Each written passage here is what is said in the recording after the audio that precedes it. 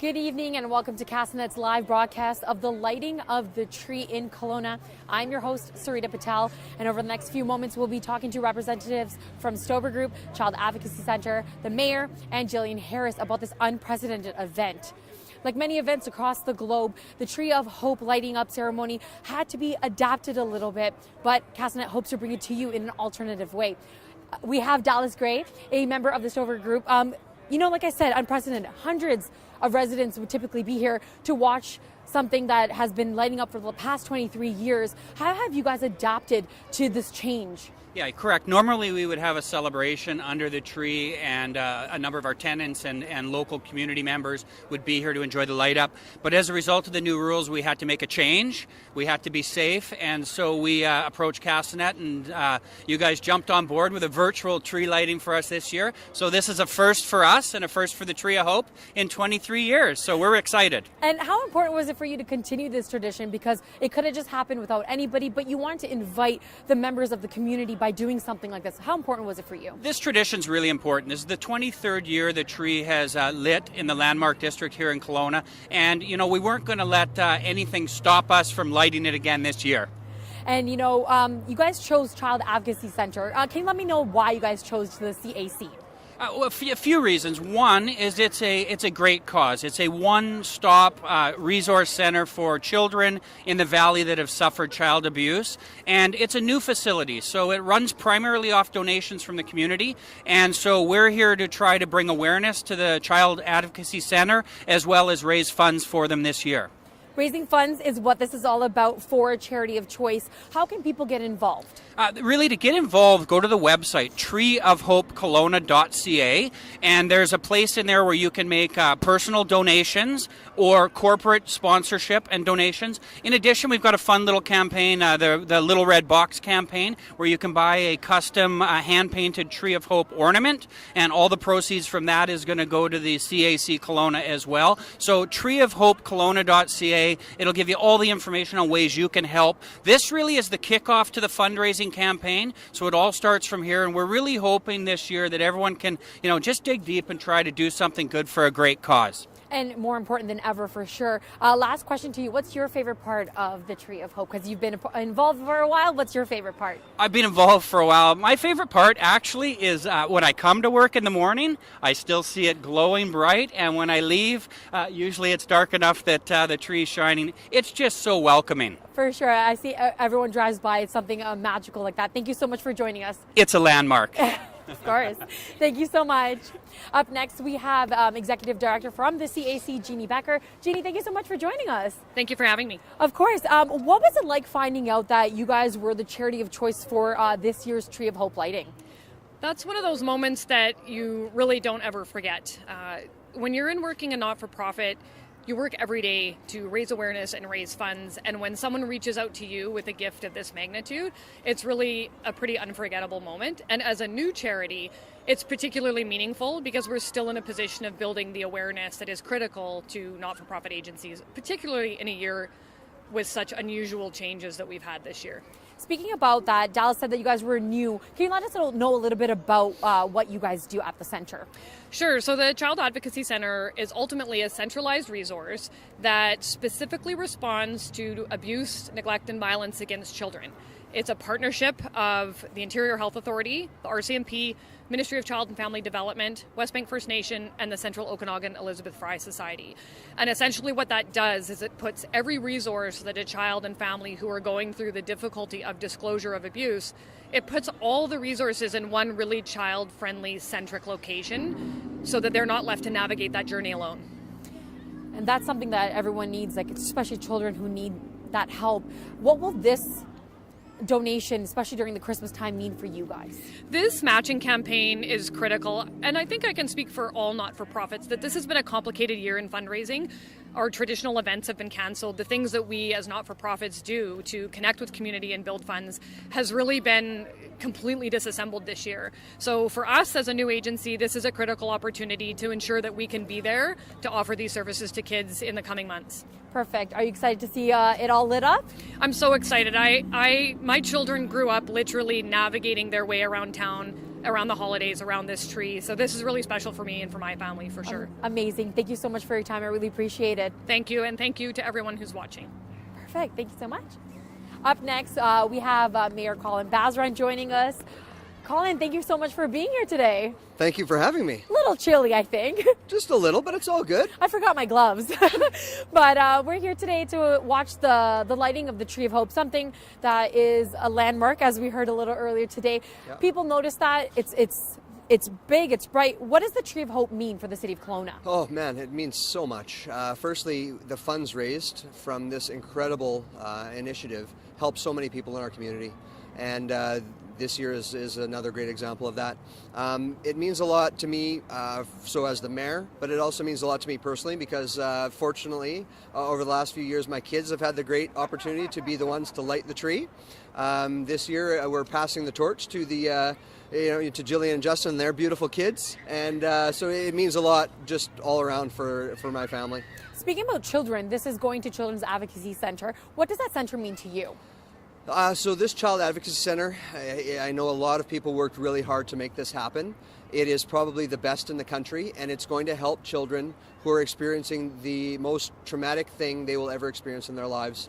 And the fact that we have this world-class facility in our community, thanks to the hard work of a lot of great, kind-hearted people, really just speaks volumes to the community we have. And so I'm really proud that we have this cutting-edge place where kids can get help here in the city of Kelowna. Speaking a little bit about cutting edge, the lighting up, when your kids have done it, what was their reaction like, as we have a kid in the background right now?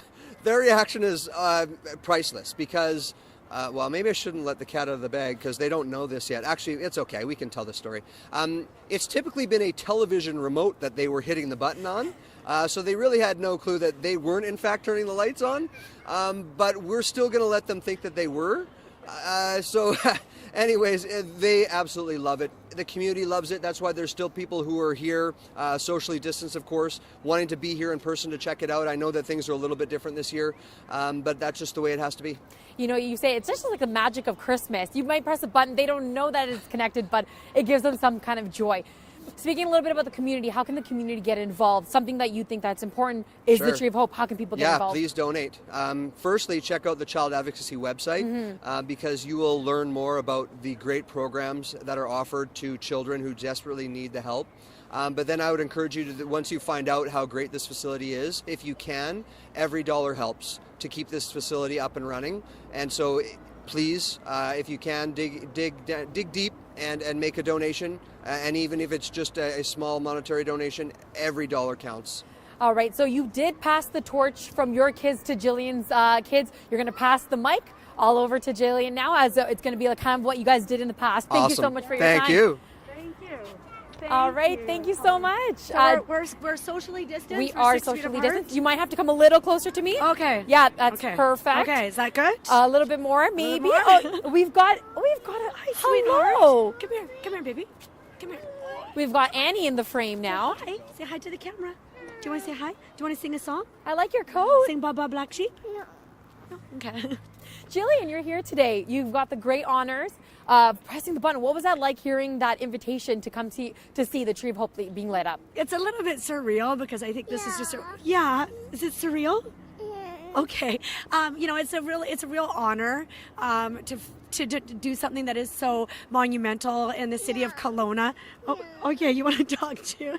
And of course, I love my kids, and it's just so amazing to have to start these traditions with them as well, and be a part of our community and give back to our community this way, or through the Child Advocacy Centre, or through the various organizations and charities around town. So it is an honor. Yeah. And the CAC, how have you gotten involved with them so far? So, this year has been a really interesting year, learning a lot of things, a lot of truths revealed, a lot of things that we maybe didn't pay attention to before. There is a silver lining in anything, and with COVID, for us, it really allowed us to really shift and focus on some of the areas in the world, in this community, that our time and money and energy is really better spent. And so Ginny from the CAC reached out to me and asked us to come down and tell us a little bit more about what they do. And there's some really obviously I want to talk about a lot of positives here, but there are some really sobering horrible statistics. I mean, one in three children in BC will experience some form of severe abuse, and that is just, as a mother, that is just completely heartbreaking. And so what the CAC does is just bring in all these different professionals.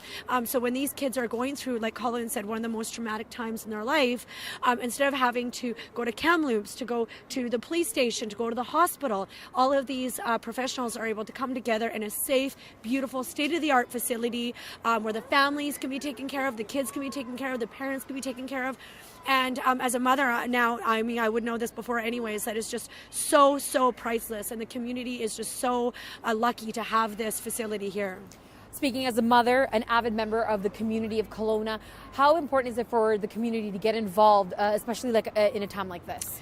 For sure. You know, I'm just going to start tearing up a little bit, but I was talking to my executive team prior to coming here today, just talking about our charitable initiatives and how we're going to be a little bit more strategic. And I actually started crying, and I said to the girls, you know, I'm going to live here forever. My kids are going to live here forever, and so are your kids. And I want them to grow up in a community that is rich, that is strong, that's, you know, all about giving back. And I'm very, very lucky in the career that I have to be able to not only have a reach, but to be able to help financially. And so, you know, for anybody, whether you can donate $5. They have a really amazing monthly donor program at the CAC. Just getting out and learning, like Colin said, checking out their website. Their Instagram is a really valuable resource because they're sharing really digestible facts. I know a lot of us sometimes are lacking the time or the energy to be able to do a lot of reading, so a lot of really great digestible facts to just help us wrap our head around what is happening in the community and how you can help. So donating, learning, having conversations, you know, and I think mental health advocacy also is very important as well. We had a surprise visit in the starting of the interview. It was one half of who's going to be pushing the button. Yes. Your children are going to be getting that magic spirit in them as they light this tree. Where did that, because your whole family is here. You guys are in your own bubble, so you brought your whole family. Oh, but we're all wearing masks. You guys are all wearing masks. This was only because this is socially distanced. Yes. Why and how important was it for you to bring your whole family down here to light up the tree? Well, first of all, it's not the whole family because we got lots of cousins that are at home right now, really upset that they couldn't be here. Sorry, cousins. Yeah, sorry, but we just have the two sets of grandma and grandpas, and you know, it has been an interesting year for everybody. I definitely don't want to complain by any means. You know, we have our health and our jobs, and so we're really grateful for that. But you know, some of those Christmas traditions that would have started already have had to be canceled, and I had some tears today just missing that sort of regular interaction with my family. And so to be able to have them down here to experience something that their grandkids are going to do that is such a monumental time for Kelowna is very, very special for me anyways. So it's not the way we would normally be doing Christmas, but like you say, you got to find the silver lining, and hopefully by next Christmas we'll all be foot stomping, singing, hugging, and all those things that we were really missing right now. Yeah, the hugging is what we all miss, I'm for sure. So let's bring Annie and Leo into frame. That's what we're going to do. Where are those little guys? Oh, we've got... Look at them. Oh, they're all my dressed goodness. up festively and warm, of course, because it is a hi, little chilly sweethearts. here, as you are on the live. I can take this so that you can... Perfect. You are watching Castanet's live broadcast of the lighting of the Tree of Hope. We have Leo and Annie, who are going to make... Hi, are you excited? Yeah? Wait, I got to get this on. I guess we're live streaming, but you know, I got to do the Instagram too. Annie, Leo. Kids, she's talking to Annie, Leo, are you ready? Yeah. Okay, but guys, we need some encouragement for these kids. Let's get a round of applause. We got to do a countdown. Ready? 5, 4, 3, 2, 1. Wow.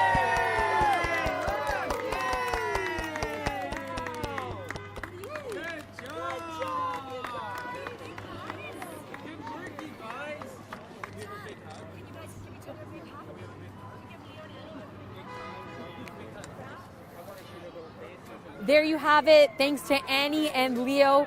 The Tree of Hope is lit up for all to see. The tree will illuminate every night from now until January 1st. We hope you enjoyed this live broadcast of the lighting of the tree. For Castanet News, I'm Sarita Patel, reporting live in the Landmark District of Kelowna.